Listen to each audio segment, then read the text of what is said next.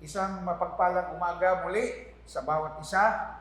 Araw na naman po ng pagsamba. At tayo po ay binibiyayaan ng Panginoon na bagamat meron po tayong nararanasan mga kahirapang katulad nito, ngunit ang salita ng Diyos ay hindi po napipigilan na ito'y makarating sa ating mga tahanan at marinig natin at ito'y magbigay kalakasan sa atin. Kaya sa mga sandaling ito ay ihanda po ninyo ang inyong mga sarili, ang inyong pamilya, ay ipunin po ninyo ang inyong mga anak, sama-sama makinig ng salita ng Panginoon. Kung kayo ay may mga kaibigan na iniimbita ninyo, ngayon po ay inyo na pong sabihan na yung mandanang makinig. At ang salita ng Panginoon ang tanging pag-asa natin sa panahong katulad nito. Ang mga salita ng Diyos ay magbibigay sa atin ng inspirasyon, kalakasan, gabay, at kaalaman kung paano natin i-handle o haharapin ang ganitong sitwasyon. Tayo ay manalangin sa pagpapasimula ng ating gawain, pagsamba ngayong umaga.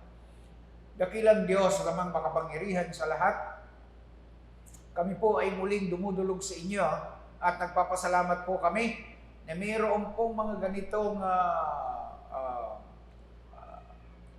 mga kaparaanan na bagamat ipinagbabawal pa, hindi pa lubusang pinapayagan ang pagtitipong face-to-face, ngunit kayo po ay nag-provide ng mga kaparaanan upang ang iyong mga salita ay makarating sa bawat tahanan at marinig ng bawat mananampalataya na nagmamahal sa inyo at nagnanais na marinig ang inyong gabay, ang pangunguna at gayon din po ang mga words of encouragement.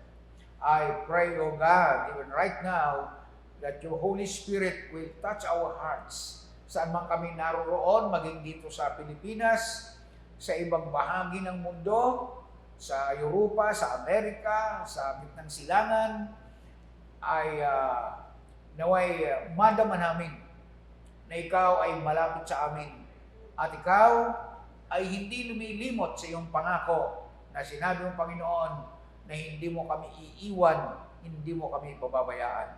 Kaya sa mga sandaling ito, O Diyos, ay inyo pong muling buksan ang aming mga puso. Ito po ay aming ipinagkakatiwala sa inyo upang kami ay palakasin, bigyan ng kaaliwan, at bigyan ng pag-asa. Maraming salamat po, Ama, sa iyo po namin pinagkakatiwala ang aming mga buhay sa mga panahon ito. Ito po ay aming dalangin sa kapangyarihan ng iyong anak, Panginoong Jesus, Yeshua Adonai. Praise God! Purihin ang Panginoon. Pag-uusapan natin ngayong umaga ang tinatawag nating God's unusual favor. Pag sinabi natin unusual favor ay ito po ay extraordinary, special, hindi pangkaraniwan. Kaya ating basahin ngayon ang Genesis chapter 26, talatang 1 hanggang 13, at tayo ay lulundag sa talatang 28. Kung may mga Bible po kayo, ay mas magandang buksan po ninyo ang inyong Bible. Ito po ang sinasabi diyan, Genesis chapter 26, from verses 1 to 13. Tulad ng nangyari ng panahon ni Abraham, nagkaroon muli ng tagutong sa lupain ng Kanaan. Kaya't nakarating si Isaac sa Gerar, sakop ni Abimelech na hari ng mga Pilisteo. Nagpakita si Yahweh kay Isaac at nagsabi, "Huwag kang pupunta sa Ehipto. Manatili ka sa lupain ituturo ko sa iyo. Dito ka muna. Sasamahan kita at pagpapalain. Ibibigay ko sa iyo at sa iyong lahi ang buong lupain ito, tulad ng aking pangako sa iyong amang si Abraham. Pararamihin kong gaya ng mga bituin sa kalangitan ang iyong lahi, at lahat ng lupain ito ay ibibigay ko sa kanila, at hihilingin hihiling sa akin ng lahat ng bansa sa daigdig na sila'y pagpalain ko tulad ng ginawa ko sa iyong lahi. Pagpapalain kita dahil kay Abraham sapagkat sinunod niya ako at tinupad ang aking mga utos. Doon nga tumira si Isaac sa Gerar. Kung tinatanong siya ng mga taga roon tungkol kay Rebecca, sinasabi niya na ito'y kanyang kapatid. Inilihim niyang mag-asawa sila sa takot na siya ay patayin para makuha si Rebecca sapagkat ito'y maganda. Hindi pa sila nagtatagal sa lugar na iyon na dungawan minsan ni Abimelech sina Isaac at Rebecca na naglalambingan. Pinatawag agad ni Abimelech sa Isaac at ang sabi, tiyak na asawa mo ang babae ngayon. Hindi ba? Bakit ang sabi mo'y kapatid mo? Natatakot po ako na baka ako'y patayin kung sabihin kong asawa ko siya, tugon ni Isaac. Bakit mo ito ginawa sa amin? Wika ni Abimelech. Kung siya'y ginalaw ng isa sa mga tauhan ko, isusubo mo pa kami sa kapahamakan. At sinabi ni Abimelech sa kanyang nasasakupan, papatayin ang sino mang umapi sa mag-asawang ito. At sa talatang 12, sabi diyan, ng taong iyon, si Isaac ay nagsaka, nagtanim sa lupain ng Gerar at makasandaang ibayo ang kanyang naani sa kanyang itinanim. Pinagpala siya ni Yahweh, patuloy na lumago ang kanyang kabuhayan at siya'y naging napakayaman. At sa talatang 28, ang sabi diyan, ito ang sagot nila kay Isaac, yung mga taga-roon, sila Abimelech. Naniniwala na kami ngayon na kasama mo ang Diyos. Yan. Naniniwala na kami ngayon na kasama mo ang Diyos. So dito po sa Genesis chapter 26, mula po ito sa talatang 1 hanggang 13, makikita natin ang kasaysayan. Genesis chapter 26 was a story about famine. At yung hindi pangkaraniwang pabor ng Diyos ay mababanggit dito. So ito ay kasaysayan ng tungkol sa famine and God's unusual favor. Itong famine na ito, itong kagutom na ito, sabi sa Tagalog ay tagutom, ay pangalawang ulit na nangyayari sa lupain ng Israel. Ang unang pangyayari dito ay yung panahon ni Abraham. During the time of Abraham, nang magkaroon ng kagutom sa Canaan, na ngayon ng Israel, ay pumunta sila ng Egypt. At nung panahon na yon, ay pinayagan siya ng Panginoon. Hindi siya, kung sabihin ay, hindi nagsalita ang Panginoon. Whether pinapayagan siyang pumunta o hindi. Pero this time, ang Panginoon ay nangusap kay Isaac kasi yung Gerar ay nasa boundary na po yun. Kumbaga pag lumagpas ka ng Gerar ay nasa Egypt ka na. Kaya bago makarating si Isaac sa teritoryo ng Egypt, bago tumawid ng boundary, ang Diyos ay nangusap. Kaya dito po ay makikita po natin na God's unusual favor can be accessed in times of crisis. Tandaan po natin yan. God's unusual favor can be accessed in times of crisis. Tingnan natin yung story ni Isaac para madetalyin natin kung anong nangyari sa panahon yon. So, diyan po sa verse 1 ay makikita natin na mayroong predicament. Ang ibig sabihin ng predicament ay problem. So, ano yung problem na pinakita dyan? Famine in the land. At yung famine ay matinding problema po yan. Dahil pag mayroon pong famine, ang ibig sabihin ay walang pagkain. At pagka ganitong famine, madalas yan po ay resulta ng walang tumutubong pananim or drought. So, dahil may drought, walang rain na dumarating. No rain was coming in the land na nakakaapekto ng lubusan sa farming o farming industry in the land ay walang saysay. Walang tumutubong pananim, kahit mga grasses ay hindi tumutubo, na pati yung cattle industry nila ay naapektuhan maigi. Walang pagkain ng mga tupa, walang pagkain din ang mga baka. So, sa Israel, every time na sila'y tinatamaan ng famine, many people leave the country. Naghahanap sila ng refuge.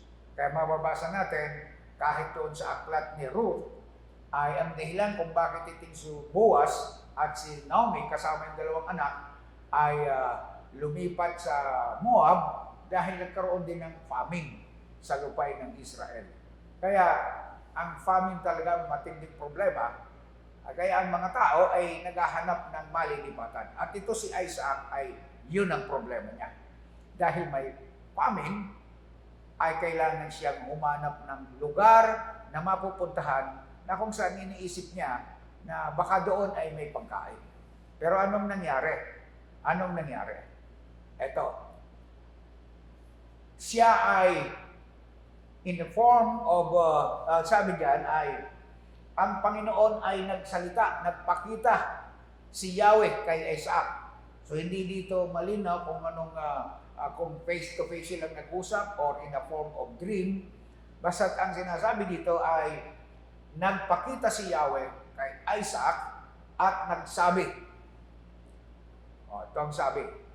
Ito yung proposal ni God. Yung proposal po, ang ibig sabihin ay instruction o admonition o suggestion. Pero dito, ang sinabi ng Panginoon ay huwag kang pupunta sa Ehipto bagos manirahan ka sa lupaing ituturo ko sa iyo. So yung proposal ng Panginoon ay malinaw. Do not go down to Egypt. Live in the land which I shall tell you. At sa verse 3, sa talatang 3, ang sinabi diyan, and Isaac I dwell in the land of Gerar. Yan, yung boundary na kung saan during the time ang nakakasakop sa lugar na yon ay si King Abimelech. Okay. So yun po yung God's proposal. Ang God's proposal ay God's instruction.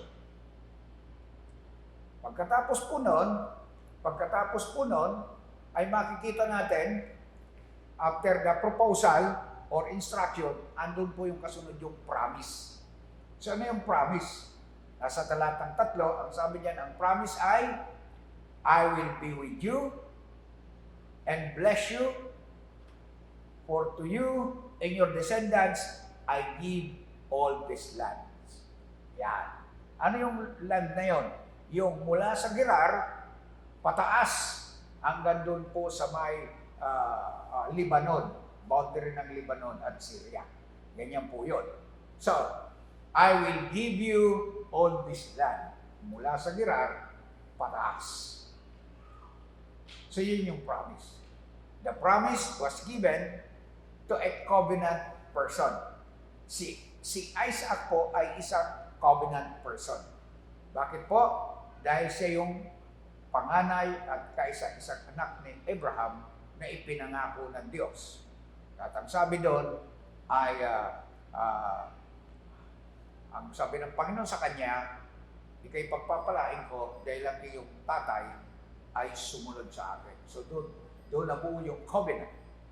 So Isaac dwelt in Gerar. Sa talatang 6, makikita natin yan na si Isaac ay doon nga tumira. Doon nga tumira si Isaac sa Gerar. Yun. So pagkatapos po nun, pagkatapos nung promise, ano yung kasunod? Ay makikita po natin dito yung product. Yung product ng pagsunod or the produced result. Anong sabi ng Panginoon kay Isaac? Huwag kang pupunta ng Egypt. Dwell in the land which I will tell you. At yung land na yon ay yung Gerar. So, ano yung naging resulta ng pagsunod niya sa proposal ng Panginoon? Makikita po natin yan sa talatang 12 at hanggang 14. Ang sabi po dyan, sa talatang 12 hanggang 14, ng taong iyon, yan, ng taong iyon, taon ng famine, tagutom, ng taong iyon, si Isaac ay nagsaka sa lupain ng Gerar. At makasandaang ibayo ang kanyang inani kaysa kanyang itinanim. Wow! 100-fold. Yan nababasa natin sa Biblia na yung blessing na ibibigay sa iyo kapag ikaw ay sumunod ay 100-fold. Makikita natin yan sa Book of Matthew, yung mga nagtanim. May nagtanim doon sa 4 na uri ng lupa at yung isa ay nakapagtanim sa matabang lupa at siya'y umani ng 100-fold. Okay, so si Isaac dito ay umani ng 100-fold during the time of famine. Pagkatapos, napakinggan niya at sundin niya ang proposal or instruction ng God na huwag siyang bababa ng Egypt, dwell in the land which I will tell you, at yung lupain na yon ay ang Gerar. At ang sabi dahil, umani siya ng makasandaang ibayo ang kanyang inani, kaya sa kanyang itinanim. Pinagpala siya ni Yahweh at patuloy na lumago ang kanyang kabuhayan sa talatang 13, at siya'y naging napakayaman hanggang sa nainggit sa kanya ang mga Pilisteo sapagkat marami siyang alipin at mga kawan ng tupa at baka. Wow! So tandaan po natin, our choice will always produce results. At ang pinili ni Isaac ay imbis na matakot, ay yung sumunod sa Diyos. Di ba ang problema ay famine in the land? Ang problema ay kagutom? Ang problema ay matindi, great famine? Kailangan umalis sa lupain? But because of God's proposal for him, hindi siya umalis. Wow! Napakagandang kwento, saysayan sa buhay ni Isaac. God's unusual favor for Isaac, nakita natin. He began to prosper, sabi doon sa talatang binasa natin kanina, dahil sa kanyang pakikinig sa salita ng Diyos, sa instruction ng Diyos, sa proposal ng Diyos, he began to prosper in the land. Doon sa lupain may famine. In the land which the famine was so great, God began to prosper him. At ang sunod na level ng kanyang ng prosperity ay he continued prospering. And then, ang sabi niyan, became very prosperous. So, makikita po natin, ito yung unusual favor. Extraordinary. Hindi po ordinaryong pagpapala. Hindi ordinaryong pagpapala. Para doon sa God's covenant people. Isaac was a God's covenant person. So, makita natin dito sa ating application na ito ay ganito. Ang sabi doon ay ang kanyang target na pupuntahan ay Egypt. So alam natin na ang Egypt is a symbol of sin. Yan po ang mga spiritual implication nito. Egypt is a symbol of sin and slavery. Kaya nga naging alipin doon ang mga Israel for 400 years. 410 years to be exact. So, kaya ang sabi ng Panginoon, huwag kang pumunta. Huwag kang pumunta doon. Do not go down to sin kapag mayroong famine. Because God always wants to protect His people. Sa pagkakataon ito, ipinakita ng Panginoon yung protection niya kay Isaac. Kaya sabi niya, do not go down to Egypt. Do not go down to the worldly system. Yeah. Egypt was also a symbol of worldly system. A system that do not believe in God. But because Isaac was a covenant person, Isaac was the promised seed to Abraham, which is the typology of the Lord Jesus Christ, the seed. So, ayaw ng Panginoon. God doesn't want that His people will compromise His faith. His faith in God just to survive from great crisis and famine. Tandaan po natin to. In times of famine, in times of crisis, God has His own solution. Hindi manghihiram ang Diyos ng kanyang solusyon o kaparaanan o ihingi ng tulong sa dyablo. Mayroon siyang sariling kaparaanan. At ang kaparaanan niya ay higit na mas mainam because God's ways is not our ways. Kaya nga, sabi ni Lord, do not go down to Egypt. Just stay in the land. And I will bless you. I will be with you. And I will bless you. So, madalas na nagiging problema natin, mga mananampalataya, mga anak ng Diyos, mga covenant people, kapag gipit tayo, pagka nasa panahon tayo ng crisis, panahon ng pangangailangan, nakakalimutan natin who is God to us and who are we to God. Kaya ang nagiging solusyon natin ay tumingin doon sa mga nakapaligid sa atin na hindi mananampalataya at doon tayo naghahanap ng solusyon sa problema natin. Kagaya nito, may famine doon sa tahanan ng mga anak ng Diyos. In the land of Canaan, yung land na yon ay pinangako ng Diyos kay Abraham. Pero may famine, may problema. Kaya sa isip ni Isaac, ay kailangan humanap ng solusyon sa ibang lugar. Marahil hindi nag-sankdang sa puso ni Isaac na siya ay anak ng isang covenant person, which is Abraham. Kaya umandar yung kanyang tinatawag na practical wisdom. Let us go down to Egypt kasi may pagkain doon. Okay?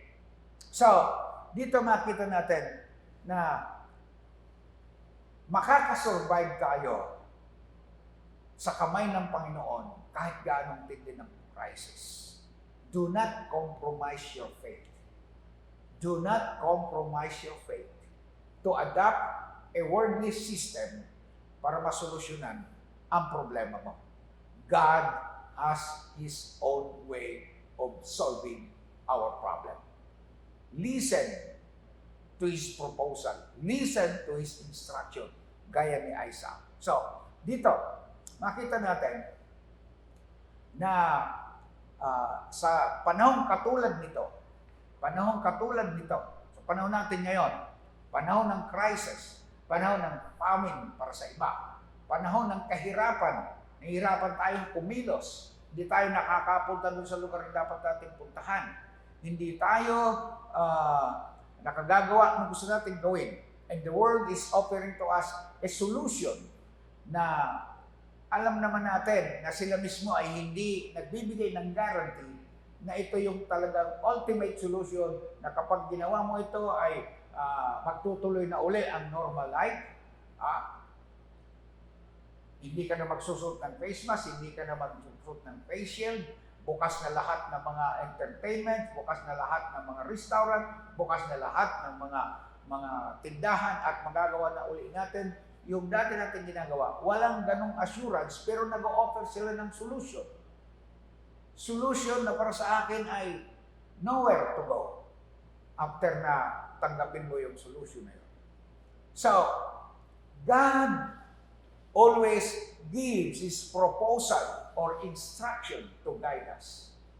The Bible, our Holy Bible, full of instruction, full of wisdom from God, what to do in every situation. At ang solusyon ng Panginoon ay nakahanda na. Yeah. He is never too late to give His instruction. Even before the crisis came, ay nakahanda na ang Diyos. Ang problema lang sa maraming tao ay hindi binabasa itong Bible. This is the book of life also. This is full of wisdom from God, full of instruction and promises. Ang kanyang mga instruction are always followed with promises. Ito pang maganda dito. Kapag nagbigay siya ng instruction at inisip mo at nasusundin mo, nakasunod na kaagad doon ang promise, yung pangako. Kaya dito makita natin, ang sabi ni Lord, do not go down to Egypt. Stay in the land and I will be with you and I will bless you. Wow, hindi niya basta sinabing, diyan ka lang. Magtiis ka dyan, basta diyan ka lang. No? Kapag sinabi ng Diyos na dito ka lang, ay mayroon ka agad diyang kasamang pangako. I will be with you and I will bless you. Yun yung nakita natin doon. Sabi niya kay Isaac. So, ang instruction niya ay nangailangan ng pagsunod. Our obedience to His proposal or instruction and faith, our faith to His promises are great factors to access God's unusual favor. Malinaw po yun. Our obedience to the instruction and our faith or ang ating pananampalataya at pagtitiwala doon sa kanyang mga pangako at sa kanyang nangako ay ito po ay great factors para mapasok natin to access, para makapasok tayo doon sa kanyang extraordinary blessing or God's unusual favor. Okay? So, higit sa lahat, si Isaac ay isang covenant person. Kaya ang Diyos ay obligado sa kanyang sarili.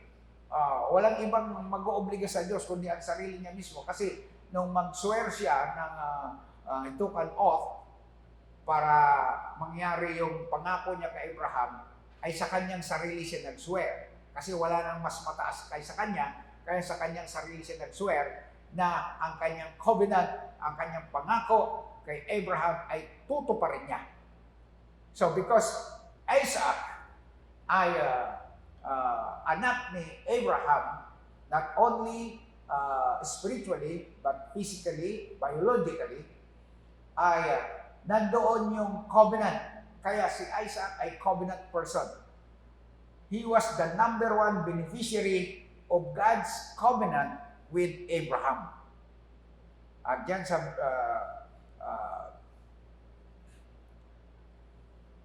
sa ating pong aklat ng Galatian, makikita natin. Sa Galatian, tingnan po natin ang aklat ng Galatia, chapter 3. Ah,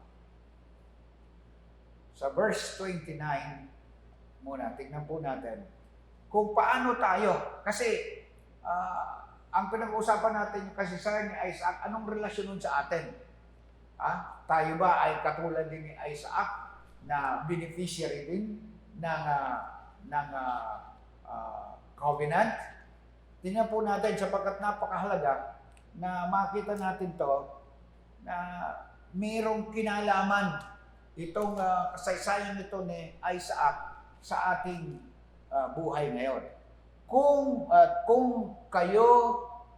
kayo'y kay Kristo, kayo nga mga anak ni Abraham at tagapagmana sa mga pangako ng Diyos. Yan. Kung kayo ay kay Kristo, ang ibig sabihin, kung ang iyong buhay ay isinuko mo na sa ilalim ng Lordship ng Panginoon at ang Panginoong Hesus ay tinanggap mo bilang iyong personal Lord and Savior, ang sabi diyan, ikaw ay kasama sa mga beneficiaries ng pangako ng Diyos. Ayan.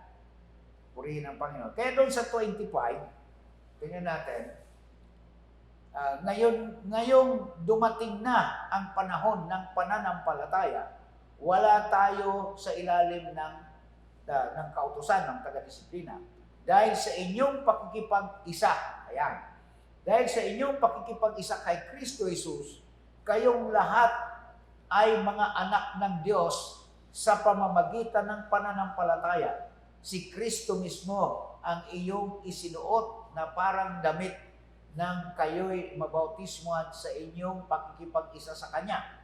Wala nang pagkakaiba ang Hudyo at ang Grego, ang alipin at ang malaya, ang lalaki at ang babae. Kayong lahat ay iisa na dahil sa iyong pakikipag-isa kay Kristo.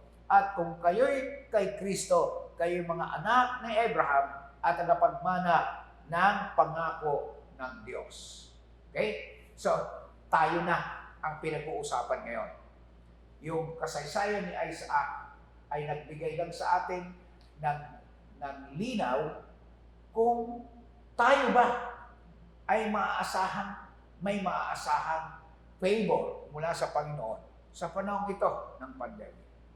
Yung binasa na natin kanina, itong verse na ito sa Galatians 3:29. If you are in Christ, then you are Abraham's seed and heirs according to the promise. Okay. Ang ibig sabihin po ng unusual ay extraordinary. Nabanggit ko na rin kanina yan. Special or beyond your expectation na pagpapala. Kaya ito pong God's unusual favor will be given to His covenant people. At doon sa kasaysayan ni Isaac, dahil siya ay covenant people, naranasan niya yung unusual favor. Naranasan niya. Ano yung level ng pagpapala niya? Sabi diyan, he began to prosper, continued prospering, at tuloy-tuloy yung kanyang pag-prosper. Naging very prosperous siya. Kasi kaya unusual. So, this covenant people ay worthy. This covenant people, the covenant people, ay may maaasahan na ganitong klaseng pagpapala. While the world are suffering for famine, fears, and confusion, we, the heirs of God's special favor, ay magsasaya. We become heirs of God's special favor or unusual favor because of Jesus Christ, our Savior. He is the seed na ipinangako. He is the seed na ipinangako. At itong seed na ito, every seed, ay kailangan mamatay muna para mag-resurrect at sa kanyang pag-resurrect ay dadami ang kanyang magiging kapwa seeds. Kaya po ang Panginoong Hesus, alam natin na siya ay namatay at inilibing Pagkaraan ng 3 araw, muli siyang nabuhay at doon na dumami yung kanyang followers at lahat ay kayang pagpalain ng Panginoon, which is unusual thing. Okay? So, ano pa ang makikita natin dito? So, remember this very important facts kung isang napakahalagang katotohanan ito to access God's unusual favor. Ito ang paraan para ma-access natin o mapasok natin ang God's unusual favor. Una, be a covenant person by having the assurance of salvation through Jesus Christ. Be a covenant person. Paano magiging covenant person? Tiyakin mo. Magkaroon ka ng assurance of salvation through Jesus Christ. Ang iba sa atin ay tumanggap na sa Panginoon, matagal na. Kaya lang parang malamya yung ating pagtanggap. Kumbaga, parang baliwala lang yung pagtanggap natin. At yung iba naman ay hindi pa talaga tumatanggap. Ngayon, kung ikaw ay tumanggap na sa Panginoon, ay muli mong i-recall sa buhay mo. Kailan mo tinanggap ang Panginoon? At pagkatapos na siya itanggapin mo, anong ginawa mo? Nagpatuloy ka ba sa pag-aaral ng kanyang salita? Sumunod ka ba sa process na ibinibigay ng church? Kung hindi, ito yung pagkakataon na muli mong sariwain sa buhay mo. Ilagay mo sa puso mo yung assurance na ikaw ay ligtas na dahil sa Panginoon. And because of that salvation na ini-offer ng Panginoon para sa iyo, you become a covenant person. Kung hindi mo pa naman tinatanggap ang Panginoon, ito na yung pagkakataon mo para tanggapin mo ang Panginoon bilang iyong tagapagligtas, sapagkat yun lamang at wala ng ibang paraan para madatnan ka, para daluyan ka, para ma-access mo itong God's unusual favor during this time of pandemic, ay walang ibang paraan kundi ang tanggapin mo ang Panginoong Hesus sa buhay mo. Pag nangyari yon, you will become a covenant person. Pangalawang facts ay believe in the promises of God para sa mga covenant people. Itong dinanas ni Isaac, itong kanyang pag-unlad na ito, at tuloy-tuloy na pag-unlad, at walang katapusan, prosperity, ay ito po ay dahil siya ay covenant person at siya'y naniwala. Hindi lang siya ay covenant person, kundi patuloy siyang naniniwala sa mga pangako ng Panginoon. At yung mga pangako ng Panginoon na yan na binigay ni Lord sa kanyang ama na si Abraham. At yung po ay dadaloy sa atin ngayon ng mga mananampalataya dahil tayo ay naging tagapagmana ng Diyos sa pamagitan ni Abraham, at ito ay nakamtan natin sa pamagitan ni Jesus Christ. At ang pangatlo ay obey the Word of God. Obey the Word of God. Obey His proposal. His proposed solution to every situation. Kaya ako po ay nananawagan. This time of crisis, this time of pandemic, itong nakakatakot na sitwasyon na tinatakot tayo nitong COVID na ito, bago ka tumanggap ng mga solusyong ini-offer ng mundo, tingnan mo muna yung salita ng Diyos. Ano bang ini-offer ng God? Ano ba ang proposed solution ni God sa kinatatakutan mo ngayon? Sa problemang nakikita mo na pwedeng dumating sa buhay mo. Ano ba sinasabi ng Diyos yan? Because I believe God's proposed solution ay higit na mas mahusay kaysa solusyon ng mundo. Tinitiyak ko yan sa iyo, kapatid. At itataya ko ang aking pagiging pastor kapag hindi nangyari ang solusyon ng Panginoon na ini-offer sa iyo, ang ibig sabihin, ang salita ng Diyos ay hindi totoo. But I believe that the Word of God ay hindi magkakamali. Okay? Purihin ng Panginoon. Sa ating pagtatapos, ito po ang nais kong sabihin sa inyo. If you're a covenant person, you're special to God. He will never neglect you. He always cares for you because He loves you so much. God bless you po. At ang aking dalangin, matanggap ninyo ang extraordinary blessing, God's unusual favor in times of famines and crisis. Let us pray. Father God, we are so grateful to you. We are so thankful to you. You are the great, great God na aming pinagtitiwalaan. Ang iyong mga salita ay proven. Ang iyong mga solution sa bawat sitwasyon mula sa Old Testament down to the New Testament, from Genesis to Revelation, laging may mga kwento ng mga kahirapan katulad nito na pinagdadaanan namin. May mga kwento ng famine, may mga kwento ng kagipitan, mayroong mga kwento na ang mga anak mo'y inaapi ng ibang mga tao. But you always give solution. And in every problem, your solution becomes the best solution. Kaya nga po, O Diyos, sa mga sandaling ito, amin pong pinagkakatiwala ang aming mga buhay, ang aking mga kapatid ay pinagkakatiwala ko sa iyo, Panginoon, na naway kami po ay tumatag. Kami po ay maging believers of your promises. Na kami po ay sumunod sa iyong mga salita. At kami po ay manindigan that indeed, through Jesus Christ, we become covenant people.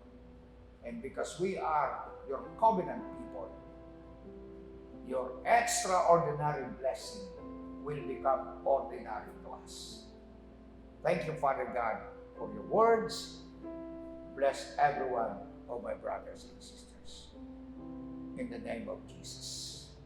Mga minamahal, kung sa inyong buhay ay hindi pa ninyo tinatanggap ang Panginoong Jesus bilang inyong Panginoon at tagapagligtas, ito na yung iyong pagkakataon.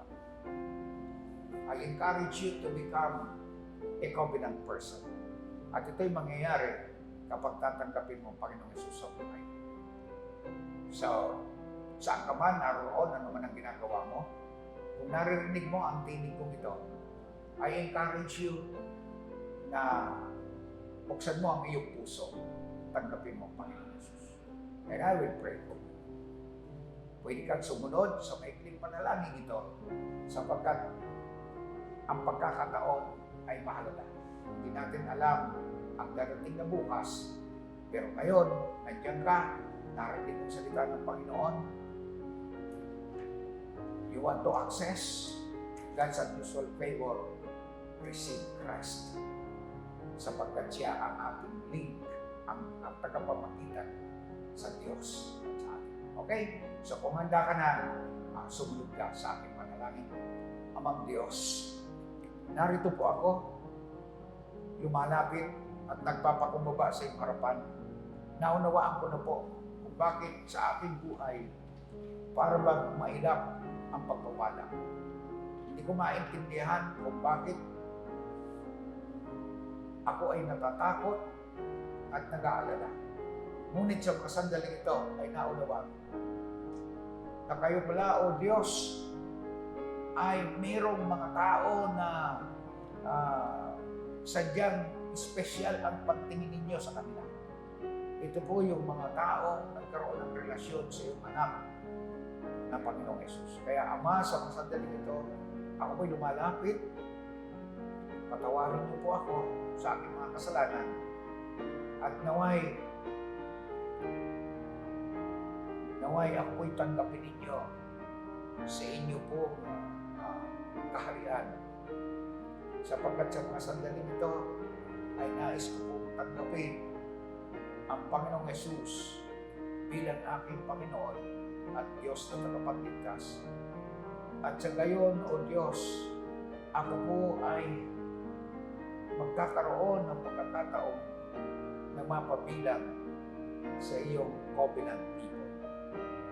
I want to be one of your covenant people. Patawarin niyo po ako at linisin sa pamagitan ng dugo ng Panginoon. Salamat po sa dakilang pag-ibig na ibinibigay po ninyo sa akin. Ito po ang aking dalangin na nawa ang Panginoong Hesus ay manatili sa aking puso. Panginoong Hesus, tinatanggap kita sa aking puso bilang Panginoon, Diyos na tagapagligtas. Salamat po, Ama, sa pribilehong ito, sa pangalan ng Panginoong Hesus. Amen. Okay? So, yan po. At kung yan ay sincere mong ginawa, sinunod mo ang panalangin yaon, ay pwede mo kaming makontak dito sa Light of the World. Ang aming mga media team ay i-entertain ka at tutulungan ka kung paano ka makakonect dito sa Light of the World. Pagpalain ka ng Panginoon.